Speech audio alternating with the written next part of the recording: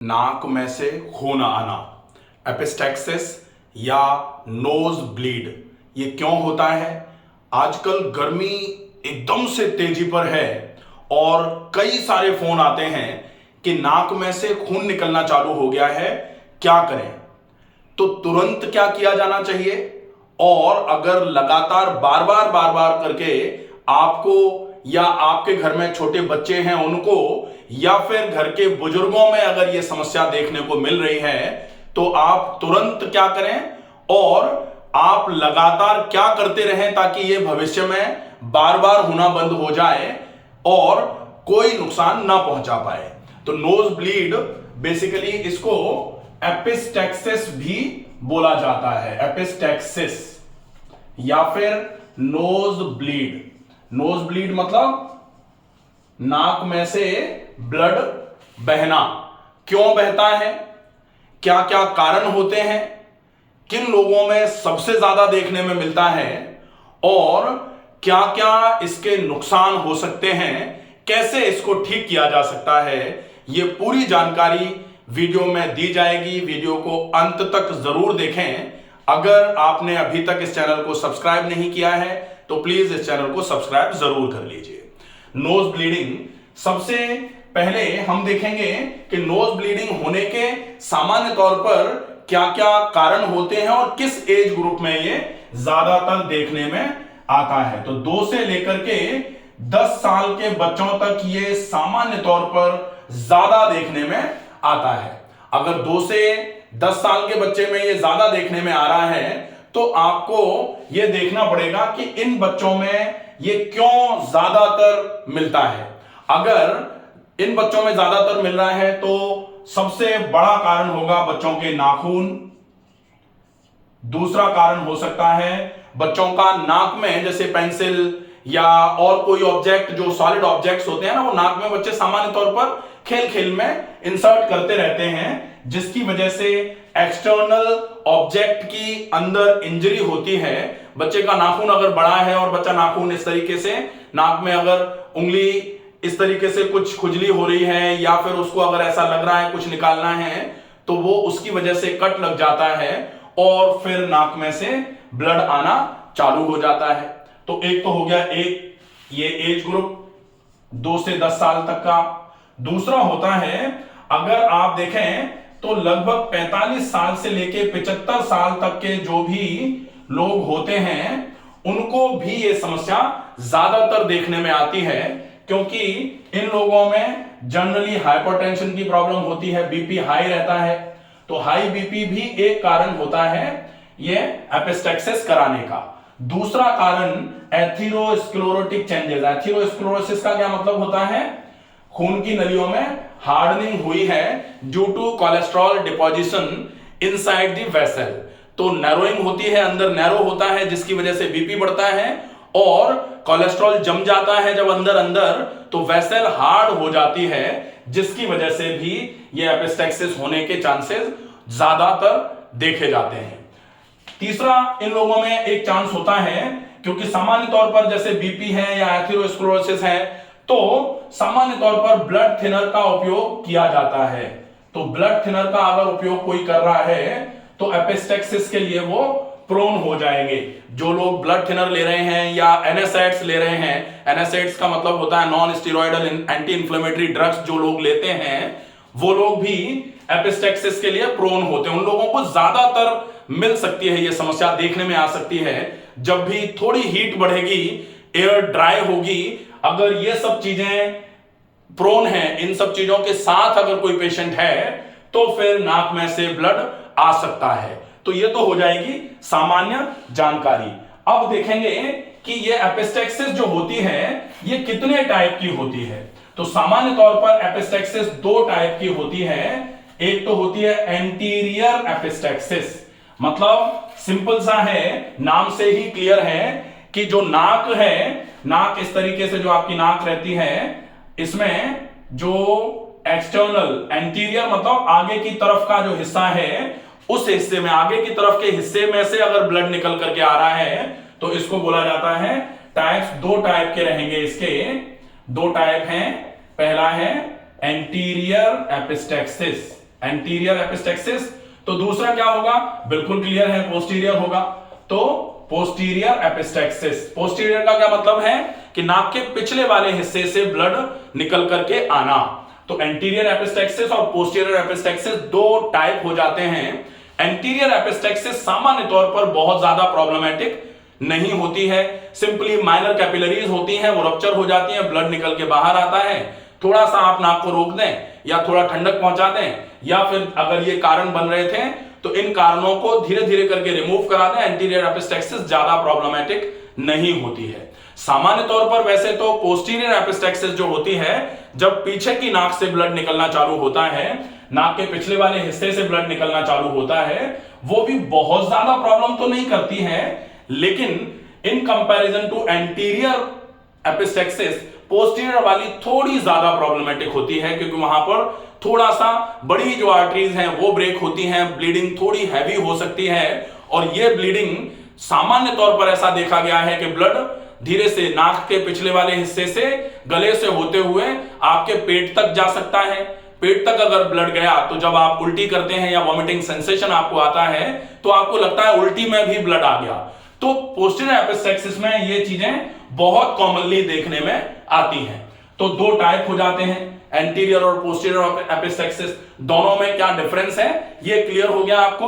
अब हम देखेंगे इसके कॉजेज क्या होते हैं। एपिस्टेक्सिस जो हुई है, एपिस्टेक्सिस के कारण क्या होते हैं। तो कारणों में सबसे पहला कारण होता है, टाइप्स हो गए दो टाइप के बाद अब हम देखेंगे कॉजेज।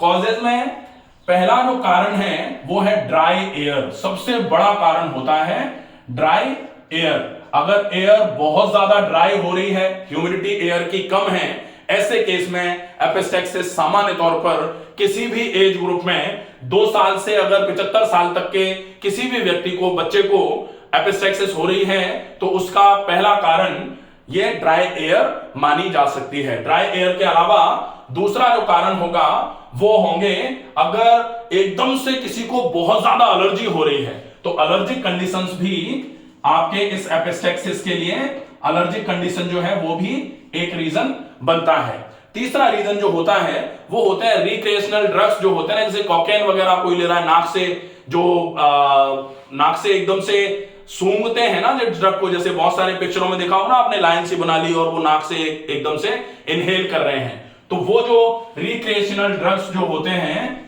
इन ड्रग्स की वजह से भी एपिस्टेक्सिस के चांसेस ज्यादा हो जाते हैं। अब होता है ब्लड थिनर्स का जो लोग उपयोग करते हैं ज्यादा, तो जो लोग ज्यादा ब्लड थिनर्स का उपयोग कर रहे हैं, क्यों कर रहे हैं, क्योंकि हार्ट की कोई बीमारी है, कोलेस्ट्रॉल बढ़ा हुआ है, ऐसे केस में कोलेस्ट्रॉल के साथ में खून को पतला करने वाली दवाइयां ली जाती हैं। तो खून को पतला करने वाली दवाइयां सामान्य तौर पर ये वाली प्रॉब्लम करा सकती हैं। अब खून को पतला करने वाली दवाइयां करा रही हैं, इसके साथ में अगर कोई व्यक्ति एनएसएड्स ले रहा है, एनएसएड्स मतलब एंटी इंफ्लेमेटरी ड्रग्स जो है ना, non steroidal anti inflammatory drugs अगर कोई ले रहा है, उस केस में भी एपिस्टेक्सिस सामान्य तौर पर हो सकती है। ये एक कारण होता है एपिस्टेक्सिस के होने का। इसके अलावा हाई एल्टीट्यूड्स पर अगर कोई जा रहा होता है, एकदम से ऊंचाई पर कोई गया है, नोजिया वॉमिटिंग के साथ में नाक में से खून आना स्वाभाविक सी बात होती है, आ सकता है। इसके अलावा आप देखेंगे किसी को अगर नाक से रिलेटेड कोई प्रॉब्लम है, जैसे DNS, deviation of nasal septum,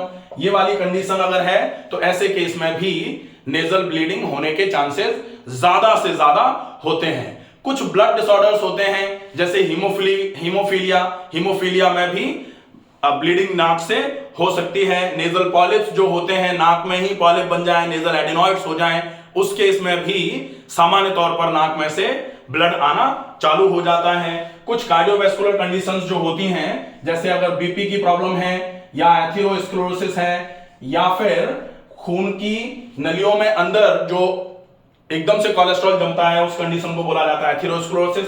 तो अगर ऐसी कंडीशन में नाक में से ब्लीडिंग हो रही है तो डेफिनेटली थोड़ा पॉइंट ऑफ कंसर्न होता है, इसको हमको साथ के साथ डॉक्टर को दिखा करके क्लियर करने की आवश्यकता होगी। तो यह हो जाएगा कारण। अब हम देखेंगे सिम्टम्स क्या होते हैं, लक्षण क्या आते हैं जब नेजल ब्लीडिंग होती है। तो जब नेजल ब्लीडिंग होती है तो सिम्टम्स क्या आएंगे। सबसे पहला सिम्टम तो यही हो जाएगा कि नाक में से खून निकल के आ रहा है। तो नाक में से खून निकलना एक लक्षण हो जाएगा। दूसरा लक्षण, जब नाक में से खून निकलता है तो एकदम बेचैनी, घबराहट हो जाती है, तो थोड़ा नौजिया हो सकता है वॉमिटिंग टेंडेंसी, वॉमिटिंग सेंसेशन, एकदम ऐसा लगे जैसे उल्टी उल्टी सा आ रहा है। तो उल्टी उल्टी सा आना कब हो सकता है? जब पोस्टीरियर, यहां जो दो थे ना, एंटीरियर और पोस्टीरियर एपिस्टैक्सिस, तो एंटीरियर में सामान्य तौर पर आपको वॉमिटिंग टेंडेंसी नहीं आएगी, पोस्टीरियर में आपको वॉमिटिंग टेंडेंसी आने के चांसेस हो जाते हैं। तो ये सामान्य तौर पर सिम्टम्स होते हैं। अब इस सिम्टम के साथ में आप देखें ट्रीटमेंट इसका क्या कर सकते हैं आप, ट्रीटमेंट या फिर आप इसका मैनेजमेंट कैसे कर सकते हैं या प्रिवेंशन कैसे रख सकते हैं। तो सबसे पहले तो जिस समय ये एपिस्टैक्सिस हो गई, अब किसी को, अब घबरा रहे हैं लोग, क्या किया जाए?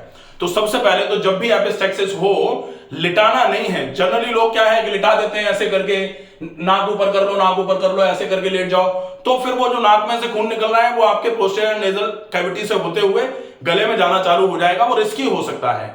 इसलिए जब भी नेजल ब्लीडिंग हो, एपिस्टैक्सिस हो, नोज ब्लीडिंग होना चालू हो, पेशेंट को बिल्कुल सीधा बिठाया जाए और गर्दन को आगे की तरफ झुका दिया जाए, ताकि जो ब्लड है वो अगर निकल करके बाहर आ रहा है तो नाक से निकल के सीधा नीचे की तरफ टपक जाए, वो कोई प्रॉब्लम नहीं है, वो अब वैसे भी आपके काम नहीं आना है। अगर वो नाक से खून निकल करके आपके मुंह में चला गया, गले से होते हुए आहार नाल में चला गया, तो ऐसा नहीं है कि आहार नाल से, आमाशय से, आंतों से फिर खिंच करके खून में चला जाएगा, वो बर्बाद, बेकार ही हो गया। तो वो बेशक आप निकल जाने दीजिए शरीर से। अब अगर शरीर से निकल जाने दीजिए, इसका मतलब ये नहीं है कि निकलते रहने दो, रोकना ही नहीं है। इसका मतलब ये है कि जो अंदर भरेगा वो नुकसान करेगा, तो आप कोशिश करिए उसको बाहर की तरफ, अगर बह रहा है तो बाहर की तरफ बह जाए। अब बहने से रोकना, दूसरा काम, कि पहला तो आप अंदर मत जमा होने दो, दूसरा बाहर अब निकले तो जहां से ब्लीडिंग हो रही है उस जगह ब्लीडिंग स्टॉप हो जाए, उसके लिए बहुत आवश्यकता होती है ब्लड क्लॉटिंग का टाइम कितना है आपका। तो क्लॉटिंग टाइम जनरली 3 से 5 मिनट के आसपास होता है। अब 3 से 5 मिनट के लिए आपको क्या करना पड़ेगा, जहां से ब्लीडिंग हो रही है, जैसे यहां से ब्लीडिंग होती है तो आप ऐसे दबा लेते हो ना, कि पैर में चोट लग गई, पैर के अंगूठे में चोट लगी, ब्लीडिंग हो रही है, आप ऐसे करके उस जगह को दबा लेते हो। तो ठीक ऐसे ही आपका जो सॉफ्ट पार्ट ऑफ नोज है, अगर आपको एंटीरियर एपिस्टैक्सिस हो रही है तो सॉफ्ट दबाना ही है, पोस्टीरियर हो रही है तो भी आप सॉफ्ट को दबा करके थोड़ा सा हार्ड की तरफ प्रेशर डालेंगे, ताकि जो पोस्टीरियर नेजल ब्लीड हो रहा है वो वेसल थोड़ा सा कॉन्ट्रैक्ट हो और उसकी वजह से ब्लीडिंग धीरे धीरे करके रुकना चालू हो जाए। अब कब तक? तब तक जब तक आपकी ब्लीडिंग रुक नहीं जाती। तो कम से कम ब्लीडिंग टाइम तो आप लेके ही चलो, तो कम से कम 5 मिनट। लेकिन हम क्या करते हैं, हर 30 सेकंड में खोल के देखते हैं, ब्लड फिर से आता है तो वहां से फिर से 3 से 5 मिनट चालू होगा। इसलिए बार बार उसको, ऐसा नहीं होता कि बीज डाल दिया जमीन में, आप बार बार उखाड़ के देख रहे हैं कि पत्ते आए कि नहीं आए, पत्ते आए कि नहीं आए, कभी नहीं आने फिर। तो ऐसी स्थिति आप ना करें। अब आप ये देखें कि अगर आप नाक बंद कर रहे हो तो सांस कहां से लोगे? तो बहुत ज्यादा जरूरी होता है कि अगर नेजल ब्लीड होना चालू हो गया है, इंस्टेंट आप चालू कर दो मुंह से सांस भरना। मुंह खोलो, पूरी सांस मुंह से भरना छोड़ना चालू रहने दो। नाक को बंद करके रखा हुआ है ताकि धीरे धीरे करके नेजल जो ब्लीड है वो क्लॉटिंग टाइम पूरा हो और धीरे धीरे करके जहां से ब्लड आ रहा है वहां क्लॉट बन जाए, ये समस्या खत्म हो जाए। अब अगर मान लो ऐसा हो रहा है, ब्लीडिंग थोड़ी बंद हो गई, उसके बाद आपको क्या करना है, बर्फ, एक आइस क्यूब लीजिए, नाक के सामने रखिए और आइस क्यूब को सूंघना चालू कर दीजिए, या फिर ठंडी मिट्टी को बिल्कुल पानी में गीला करके एक लुगदी सी बना करके नाक के पास लाइए, फिर हवा आराम से। वो कब करेंगे? जब सेकेंड फेज है वो, जब फर्स्ट फेज आप क्लियर कर गए, जब थोड़ा ब्लड क्लॉट होना चालू हो गया, ब्लीडिंग बंद हो गई है, ऐसे केस में आप करोगे। अब नाक से हवा भरने के लिए कह दो, नेजल ब्लीडिंग हो रही है तो जो ब्लीडिंग है वो हवा भरने के साथ साथ मुंह से गले में चला जाएगा, नुकसान होगा। सेकंड फेज है, ये विशेष ध्यान रखना चाहिए। ये कंफ्यूजन की स्थितियां होती हैं, इनको आप बिल्कुल क्लियर कर लीजिए, ठीक है। तो ये हो जाएगा। इसके बाद फिर आएगा आप कैसे भी करके परमानेंट ये समस्या कैसे करके खत्म होगी, इस पर फॉलोअप डालें। इस पर फॉलोअप डालने के लिए सबसे ज्यादा जरूरी होता है कि आप नाक पर रूखेपन को रोक दें। ड्राइनेस जो नाक पर हो रही है, ड्राइनेस की वजह से जो नेजल मेम्ब्रेन्स है वो रूखी हो रही है, चटक रही है, उसकी वजह से दिक्कत आ रही है। तो इसका प्रिवेंशन कैसे करना है? अगर छोटा बच्चा है तो उसके नाखून काट कर रखिए। बच्चे को ये एजुकेट करिए कि नाक में बच्चा कुछ नहीं डालना है, ये विशेष ध्यान रखा जाना चाहिए। बच्चे को अपन ये थोड़ा सा समझाते रहें। अगर कोई बड़े हैं, उनको नाक में बार बार करके उंगली ऐसे करके नाक से कुछ निकालने की आदत है तो कोशिश करिए उनको मना किया जाए, या वो इस चीज का ध्यान रखें, ये वाली चीज एपिस्टैक्सिस के लिए प्रोन बनाती है आपको। अगर कोई ब्लड थिनर ले रहा है तो फिर कोशिश ये की जाए कि ब्लड थिनर या कोलेस्ट्रॉल की कम करने की दवाइयां जो हैं उनको आप धीरे धीरे करके मैनेज करिए, तो आपके एपिस्टैक्सिस में आराम होना चालू होगा। नेजल स्प्रेज आप डाल सकते हैं, बहुत अच्छा रहेगा, जो मॉइस्चर करेगा आपकी एयर को। नाक में गाय का घी लगातार डालिए। किसी भी टाइप का अब व्हाट नॉट टू डू, क्या नहीं करना चाहिए, एकदम धूप में मत निकलिए, एकदम गर्मी जहां है, ड्राई एयर जहां है वहां मत रुकिए। कोशिश करिए दिन भर में ज्यादा से ज्यादा पानी पीते रहें। कोशिश करिए जब भी धूप में जा रहे हैं एक ठंडा कपड़ा सिर पर रख करके ही जाएं, ज्यादा देर धूप में ना रहें। बीपी को मैनेज करने के लिए जो करना पड़े करते रहिए। अगर बीपी ज्यादा है और गर्मी ज्यादा है, नेजल ब्लीड होने के चांसेस होते हैं, तो बीपी को मैनेज करके रखिए। फिर मिर्च मसाले ज्यादा मात्रा में बिल्कुल मत खाइए, चिकनाई मत खाइए, बाहर का खाना मत खाइए, और काढ़ा तो भूल करके भी मत लीजिए। अगर किसी भी चीज का काढ़ा आप ले रहे हैं, जनरली कोलेस्ट्रॉल ज्यादा है, हर सिंगार का काढ़ा ले रहे हैं, दालचीनी का काढ़ा मिला मिला करके पी रहे हैं, इतनी गर्मी में दालचीनी के काढ़े की आवश्यकता नहीं है। अगर थोड़ी सी भी आपको ऐसी स्थिति लगती है कि आपको ज्यादा गर्मी लग रही है, आप काढ़ा सबसे पहले बंद कर दीजिए। तो ये चीजें आप अगर फॉलो करेंगे एपिस्टैक्सिस में, धीरे धीरे करके आपको बहुत अच्छा आराम मिलना चालू हो जाएगा। विशेष ज्यादा पानी, बिना मिर्च मसाले का खाना, ज्यादा मात्रा में ताजे फल, ताजी सब्जियों का सलाद, उबली हुई सब्जियां ज्यादा से ज्यादा मात्रा में, और नाक में गाय का घी दिन में 3 से 4-5 बार एक एक ड्रॉप डाल करके हल्के हाथ से वो घी अच्छे तरीके से नाक की मेम्ब्रेन पे अच्छे से लग जाए, इसका प्रयास करिए। ये अगर हो जाएगा तो डेफिनेटली धीरे धीरे करके ये वाली समस्या आपकी कम होना चालू हो जाएगी। अब कंसर्न अगर कोई पैथोलॉजिकल रीजन है, कोई पैथोफिजियोलॉजी की वजह से ऐसा हो रहा है, तो फिर आपको दिखा लेना चाहिए। जैसे बीपी अगर ज्यादा है या कोलेस्ट्रॉल ज्यादा है, एथेरोस्क्लेरोटिक चेंजेस ज्यादा आते जा रहे हैं, ऐसे कंडीशन में आप एक बार जो भी कार्डियोलॉजिस्ट या फिर जिसको भी अपने को दिखाना है, एक बार दिखा करके जो हिडन कॉजेज हैं उन कॉजेज को भी एक बार साथ के साथ खत्म करने के लिए प्रयास किया जाए। आप अगर आइदर मेडिकेशन पे जाना चाह रहे हैं तो वहां जाएं, और अगर आप चाह रहे हैं कि मेडिकेशन ज्यादा नहीं लेना है तो अच्छी लाइफस्टाइल को फॉलो करके भी उन कॉजेज को भी खत्म किया जा सकता है। ज्यादा से ज्यादा लोगों तक इस वीडियो को पहुंचाएं, ताकि ज्यादा से ज्यादा वो लोग जो एपिस्टैक्सिस नोज ब्लीड से ज्यादा परेशान होते हैं वो इस पूरे फॉलोअप से अपनी इस समस्या को धीरे धीरे करके ठीक कर पाए। स्वस्थ रहिए, सुरक्षित रहिए। धन्यवाद।